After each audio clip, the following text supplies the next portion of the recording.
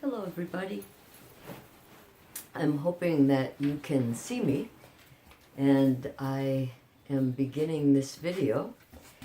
This is in chapter 4, and I would encourage all of you to read this chapter and perhaps to read it twice, slowly.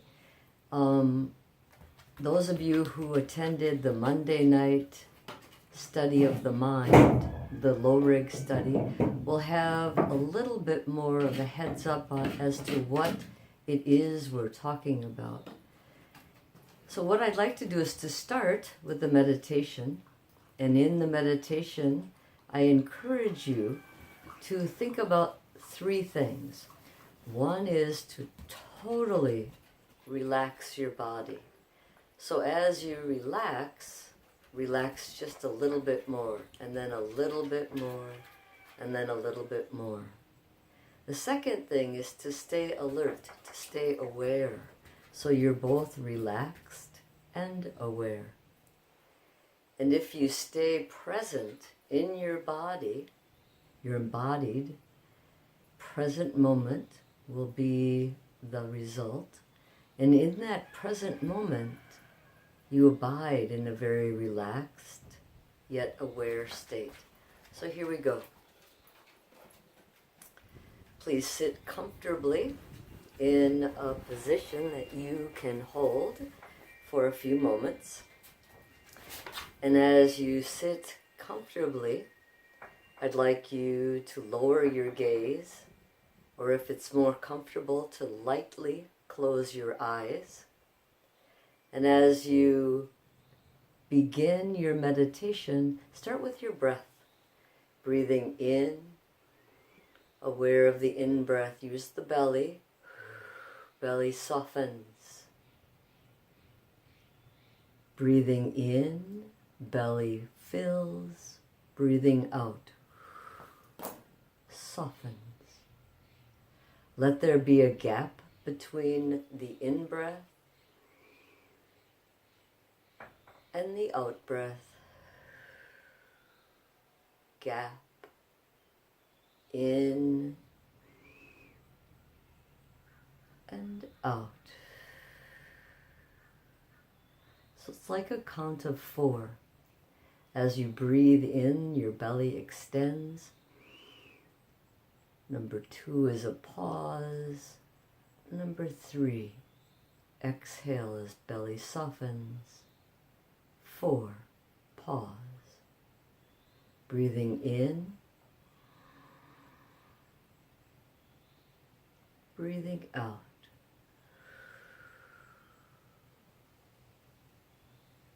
See if you can continue in this way for 5 breaths. Aware of the in-breath. Pause, aware of the out-breath. Relaxed.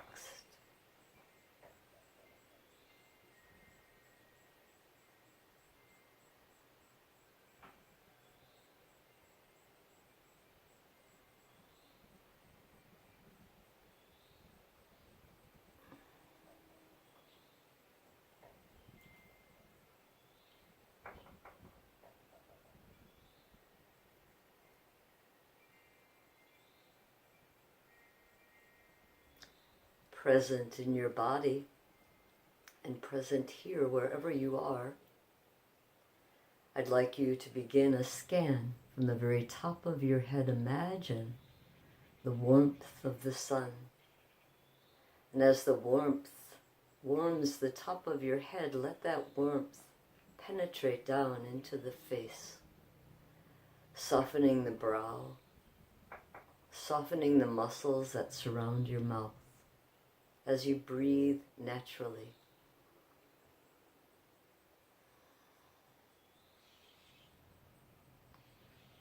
Let that softness into your neck, softening the neck, relaxing the neck, extending the head upward as if there was a hook reaching you up, and then allow your neck to come back to its natural position. Bring your shoulders back and down. and align your spine slightly backward over your sacrum. Letting the shoulders drop, the arms become relaxed, and then the hands rest softly or gently on your torso. Let your hands relax, completely being held by your torso. Breathing naturally.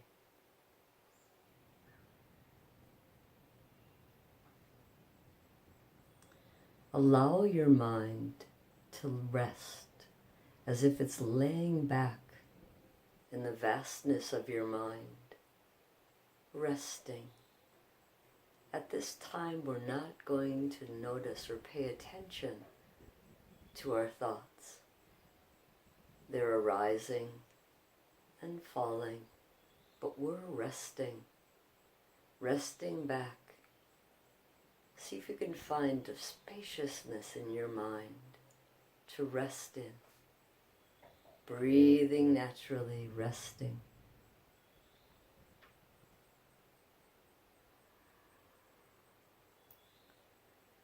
And as a thought begins to arise in your mind, it's its job. The mind's job is to house the thoughts and the feelings. But at this time, we're not going to follow the thoughts or get hooked by the feelings.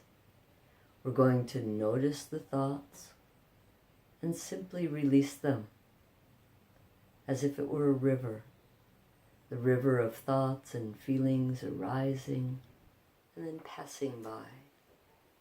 Breathing naturally, allow yourself to just relax, not react.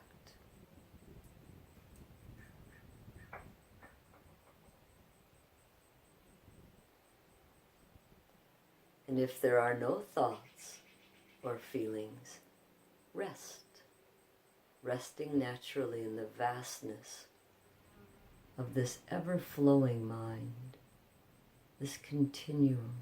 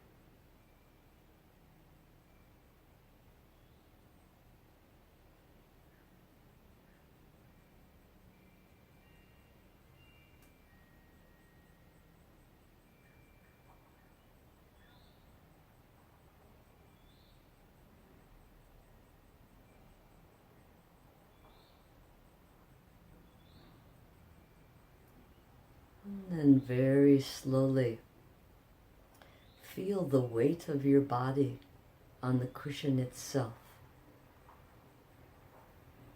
Letting that awareness root you, connect you. And when you feel rooted and connected, again relax in the spaciousness of your mind.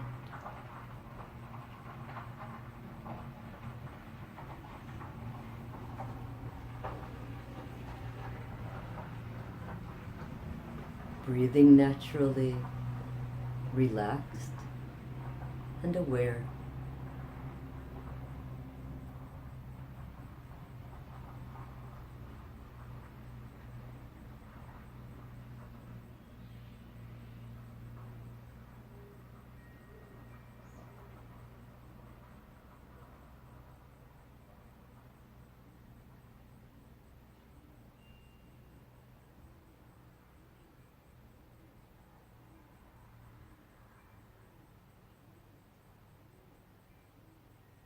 And now, let go of your meditation gently, turning your hands over, pushing your hands down on your body, feeling your body, relaxing your body. And when you're ready, very gently, keeping your gaze low, begin to open your eyes. And as you take in the room that surrounds you, just notice the qualities that your mind may have right now, or maybe even the qualities your body have. So chapter 4, Nature of the Mind. There's a story in the beginning of the chapter about a frog who lives in a well. And this frog is very aware of the environment that the frog lives in. And one day, a frog appears who has lived in the world outside of the well. And the frog that is the visitor asks the other frog, how can he stay in such a limited view? And the frog is that lives in the well is sort of taken back by this. And he said, well, what is your view? Is it bigger than this? Is it a quarter of this size? Oh no, it's bigger than that. Is it half the size of the view of the well? Oh no, it's much bigger than that. And so finally, he understands that the well is only a part, and he wants to see what could possibly